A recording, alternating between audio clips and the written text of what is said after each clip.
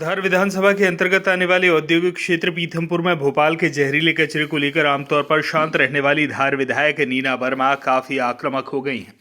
पीथमपुर की जनता में फैली दहशत को लेकर उनके मन में गहरा आक्रोश दिखाई दिया। उन्होंने स्पष्ट तौर पर कहा, मैं पीथमपुर में जहरीले कचरे को जलाए जाने के कतई पक्ष में नहीं हूँ। भोपाल की यूनियन कार्बाइड के जहरीले कचरे के बढ़ते विरोध को देखते हुए मुख्यमंत्री डॉक्टर मोहन यादव के निर्देश पर कैलाश विजयवर्गीय द्वारा इंदौर में जनप्रतिनिधियों, विशेषज्ञों और प्रबुद्धजनों के साथ बैठक आयोजित की गई थी। इसमें धार विधायक नीना वर्मा खासी नाराज नजर आईं।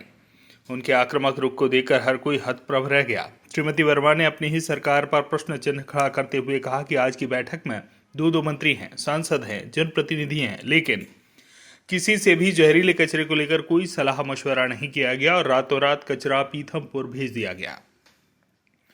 श्रीमती नीना वर्मा ने कहा कि मैं सरकार के खिलाफ नहीं हूं, लेकिन मेरे विधानसभा क्षेत्र की जनता मेरे लिए सर्वोपरि है और इसलिए उन्होंने अपनी राय भी राज्य सरकार को दे दी कि इस मामले को लेकर सरकार सुप्रीम कोर्ट में रिव्यू पिटीशन लगाए ताकि पीथमपुर में जलने वाले जहरीले कचरे पर रोक लग सके। अभी देखिए धार विधायक नीना वर्मा का क्या कुछ कहना है। ये कचरा केवल हवा के ही नहीं, जमीन में भी पॉल्यूशन करेगा। इस बात से आप इनकार नहीं कर सकते, क्योंकि आज हम लोगों का विषय नहीं है, ये आने वाली पीढ़ियों का विषय है और हमें आने वाली पीढ़ियों के बारे में भी सोचना है कि हम उन्हें क्या देना चाहते हैं। खर्चा केंद्र सरकार उठा रही है, उसमें कोई आपत्ति नहीं है। केंद्र सरकार ने जब भी ये विषय रखा था, उससे लेकर लगातार ये प्रयास हमारा रहा है कि केंद्र सरकार पैसा दे रही है, कचरा हमें जलाना है, तो क्यों ना हम इतने पैसे से कहीं भी वीराने जंगल में प्लांट लगा करके उसको नष्ट कर सकते थे। हम आबादी वाले, घनत्व आबादी वाले क्षेत्र में इसको ला करके जलाने के बारे में क्यों सोचते? और सोचने से पहले हमने न तो कभी किसी से सहमति ली, विषय होता है बहुत उसमें हो जाता है। हमारा तो सीधा सीधा एक कहना है कि जो गैस इतना ज्यादा भयानक हो सकती थी, हो सकता है 40 साल में डिजॉल्व हो गई है, लेकिन इसके अंदर 300 टन, एक छोटी मोटी वो नहीं है कि 2-5 ग्राम है, 300 टन अपने आप में बहुत बड़ा कचरा होता है।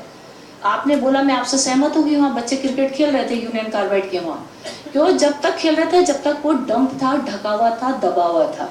लेकिन जब वो इंसुलेटर में जाएगा, क्योंकि राम की कंपनी को मैंने खुद ने जाके देखा है, और उस कंपनी में जब जलेगा, और उस हमारे यहाँ इंदौर में 2 मंत्री हैं, सांसद जी हैं, सभी लोग यहाँ पे जनप्रतिनिधि हैं, एक्सपर्ट्स हैं, यहाँ पे डॉक्टर्स हैं। क्या कभी किसी से आकर के जानना चाहा, क्या किसी से पूछा गया कि इतना सारा कचरा ला करके हम आपके यहाँ जला रहे हैं और बिना पूछे, बिना जाने, बिना सोचे, बिना समझे रातों रात इतना कचरा आ गया? मैं आपके खिलाफ नहीं जाना चाहती, मैं शासन के खिलाफ नहीं बोलना चाहती, लेकिन मैं जनता के साथ हूँ और मेरा पहला ये कहना उद्देश्य है कि आप कचरा जलाएं, आप सुप्रीम कोर्ट का आदेश माने, उससे पहले एक रिव्यू पिटीशन लगाएं और उस कचरे को पीथमपुर नहा जला करके कहीं भी एक प्लांट लगा करके आप उसको नष्ट कर सकते हैं। लेकिन प्लीज आपसे रिक्वेस्ट है, आप हमारे पीथमपुर के साथ साथ इंदौर, देपालपुर, महू, कंटेनमेंट एरिया सभी को बचाने में हमारा सहयोग करेंगे। मंत्री जी, सारी जितने भी क्षेत्र के लोग हैं आपकी तरफ बड़ी आशा भरी उम्मीद से देख रहे हैं कि आप इसमें हमारा हेल्प करेंगे और राम के उसमें नहीं जले, इतना आप हम लोग की मदद करें। कहीं भी ले जाएं, बहुत बड़ी दुनिया है, आप जापान मांग रहा है उसे दे, चीन मांग रहा है उसे दे, क्योंकि बीच में ऐसे व्यूज आए थे कि जापान इस कचरा लेना चाह रहा था। जो भी लेना चाहता है आप उसको दे दीजिए, खुला ऑफर है। यदि कोई दूसरा भी ले जाना चाहता है तो ले जाए, तो पर एक ही हमारा ये है कि पीथमपुर को बचाएं और पीथमपुर में न जलाएं।